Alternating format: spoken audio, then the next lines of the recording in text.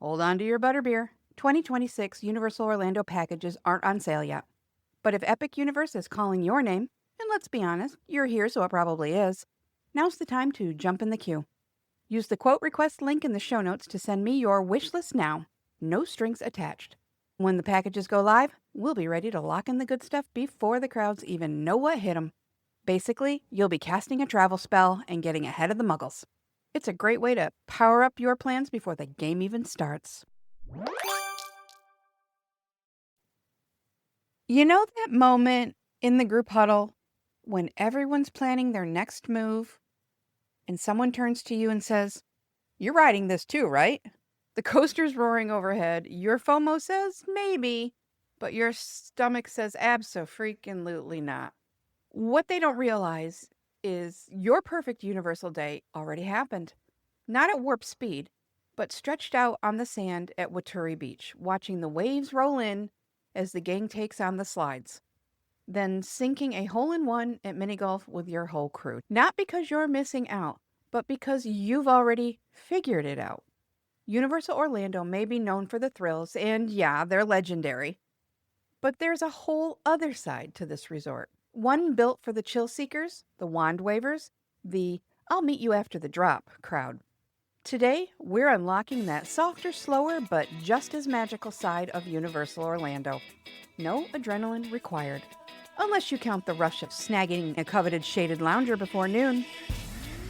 Welcome back to Unlocking Universal, your key to all things Universal Orlando and beyond. Now here's your guide and unfair advantage, Holli. Today we're unlocking something a little unexpected. The resort experience Universal offers for the non-thrill seekers. Now, Universal definitely earned its rep for high-speed, high-energy fun. I mean, one of their old slogans was basically, your family grows up, so your vacation should too. But in the years since, Universal has evolved into a destination that truly offers something for everyone, including those of us who'd rather wave a wand than loop the loop, or sip a butterbeer in the shade instead of braving a 70-mile-an-hour launch. Whether you're traveling with younger kids or grandparents, have a physical limitation, or maybe you're personally just not that into motion-heavy attractions, this episode is for you. Let's dive in. It's true. Universal Orlando has long been seen as the next step after Disney. You know the idea. We did Disney when the kids were little, now it's time to try Universal. It came from the park's early emphasis on big thrills, movie-based attractions, and attractions geared toward teens and adults. And hey, some of that still totally tracks. But what's often overlooked is how much Universal has evolved into a well-rounded resort that's just as magical for families with young kids, older adults, my peeps that just can't do it, or who simply prefer a slower pace. And that evolution didn't just happen inside the parks. Universal Orlando has grown into a fully immersive resort experience with 4 parks, multiple hotel categories, and a central entertainment district, all integrated into what is, for the most part, a very walkable bubble. Now let's be clear, not every hotel is walkable because of their specific locations and safety concerns with traffic. Terra Luna Resort and the Endless Summer Resorts, Surfside and Dockside, are served by complimentary bus transportation only. But the rest of the on-site hotels, all 8 of them, are either within easy walking distance to at least one park or accessible by a beautiful boat ride straight into City Walk. Speaking of an easy walk, when you're a guest of Helios Grand Hotel, you can walk straight out your back door and into Epic Universe. Compare that to other theme park resorts where hopping between destinations means ultimately losing a big chunk of time just getting from point A to point B. At Universal, it's all right there, making it easy to rest, regroup, or switch gears midday without it feeling like a logistical feat. And with the opening of Epic Universe, Universal has introduced a crazy new layer of immersion that proves once and for all that this isn't just a thrill park, it's a vacation destination for everyone. One of the most fun and immersive non-ride experiences for guests, in my opinion, is the wand magic in the wizarding world of Harry Potter. With such layered interactive spell locations in Hogsmeade, Diagon Alley, and now even in the Ministry of Magic, you could easily spend a full day unlocking secrets and casting spells, and it never gets old, no matter your age. Especially since the interactive version 2.0 wands were introduced earlier this year. Now, you can participate in earning points for the House Cup, You can level up your skills over time. You can go on an adventure or a side quest, and so much more. Now, you don't just do it, you're in it. What if you're not into rides at all? The good news is there's an impressive lineup of shows across all 3 dry parks, several of them in climate-controlled spaces. Hello, summer survival strategy. 2 in the studios are the Born Stuntacular, which I beg you, please don't miss it. It is spectacular of a stuntacular. And the Universal Orlando Horror Makeup Show, which is my all-time favorite. It is such a unique and enjoyable way to escape the heat or the rain while you're in the parks. Now, over in Epic Universe, we have 2 indoor shows so far. In the Isle of Berk, we have the Untrainable Dragon. And in the Wizarding World of Harry Potter, Ministry of Magic, we have Le Cirque Arcanu. There are a lot of outdoor entertainment options as well. We'll start at Islands of Adventure, the Frog Choir, the Tri-Wizard Spirit Rally, and Oh, the Stories You'll Hear, the first 2 being in the Wizarding World, and the third being in Seuss Landing. At night, you will have the Hogwarts lights, and that does vary throughout the year, but it is stunning, and I implore you to make time for it. If we move over to Universal Studios, you're going to find that they have almost quadruple the amount of live entertainment. This is probably mostly due to its roots in classic Hollywood and its role as a working studio. Some of these offerings include Celestina Warbeck and the Banshees, Animal Actors Live on Location, Poe Live, which is covered, so you need a little bit of respite from the sun overhead. This is a good one. Beat Builders, which is one of my all-time favorites. The Blues Brothers, Marilyn and the Diamond Bellas, The Tales of Beetle the Bard, the new Universal Mega Movie Parade, Vamos Bailalo, and of course, the brand new Lagoon show, Cinesational. And that's not even counting all the streetmosphere. More on that when we get to Epic.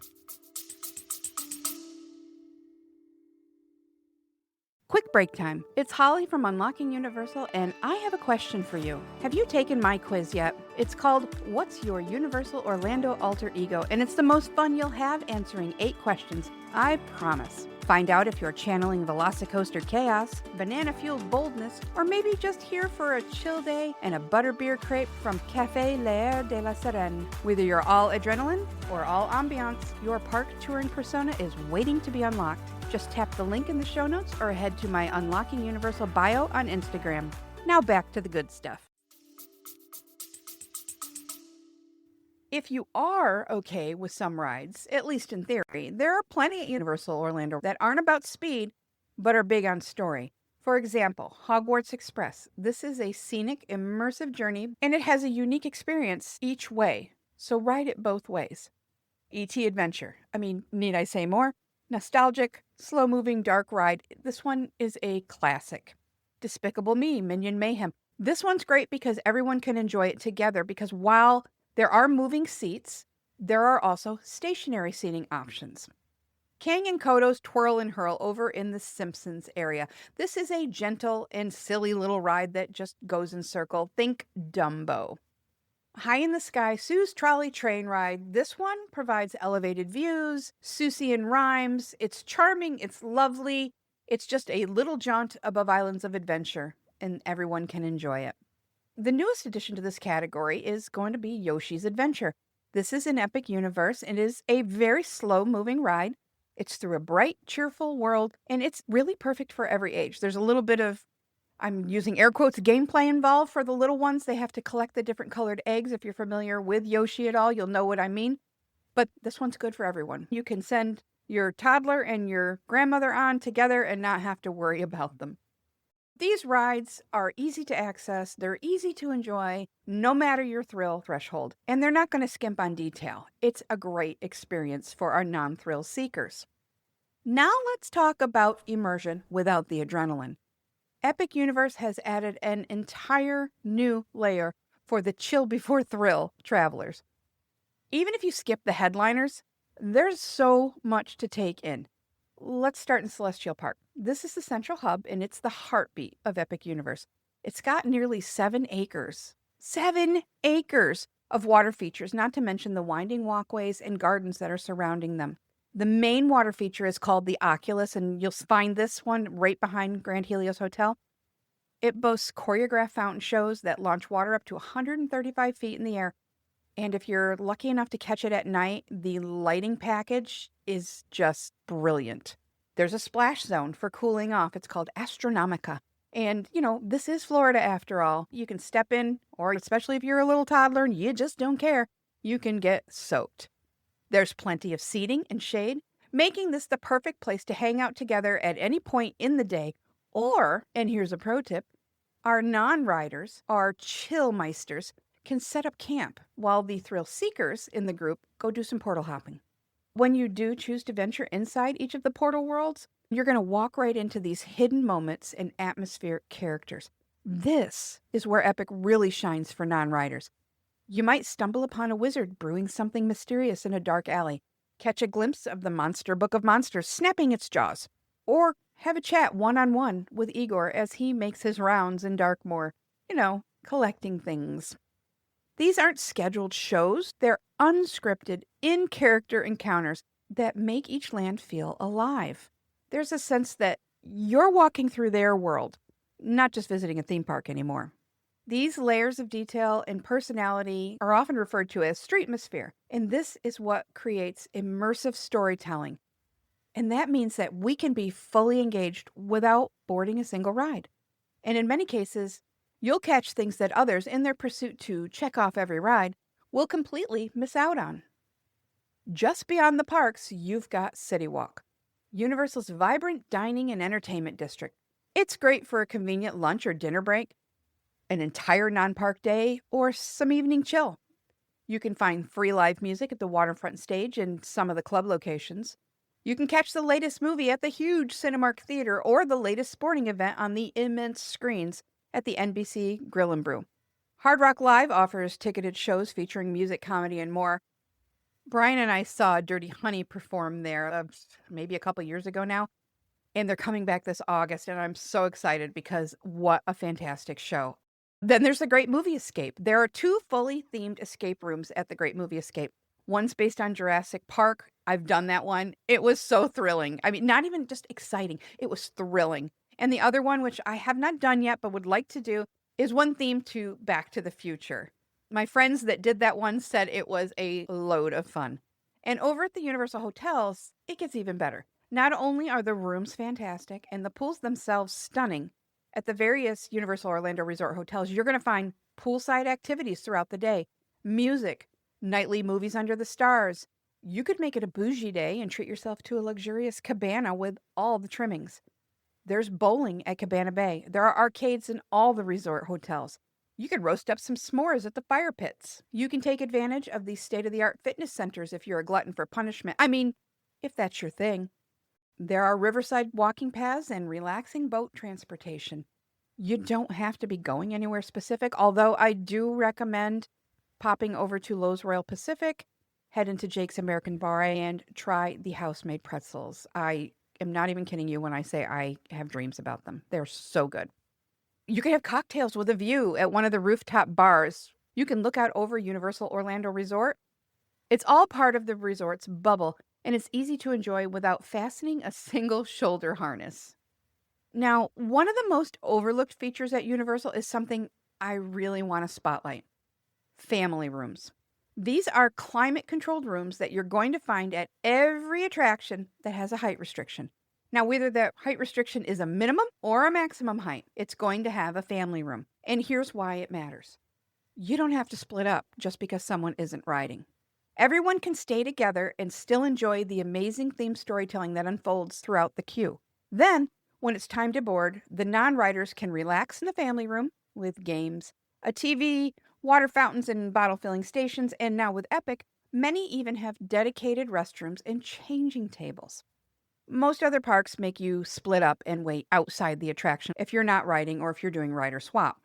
It's inconvenient and it takes a lot more time from your day. And when you're on vacation, time is money. At Universal, they've designed a way for families and groups to stay connected, even if someone in the group doesn't meet the requirements or just doesn't want to ride. It's thoughtful, it's practical, it's fast, and honestly, it's a big deal for multi-gen and mixed comfort level travel groups. So whether you're a spellcaster, a show watcher, a lounge by the pool, or please don't spin me vacationer, Universal Orlando is built for you too. You don't have to be a thrill seeker to have an epic vacation here. In fact, some of the most magical moments come from the slower stuff: the music, the fountains, the food, the stories. So if skipping thrill rides still sounds like your idea of a great time, don't worry. Around here, low key is just another kind of magic. Rate and review the show if you're vibing with the laid back life. And don't forget, the only thing dropping will be your jaw, not your stomach. If you're ready to plan a chill but still magical Universal trip, you'll find a link in the show notes to request a free, no obligation quote. I'd love to help you plan your perfect kind of fun. Thanks for hanging out with us. Now get out of here and go do something nice for someone.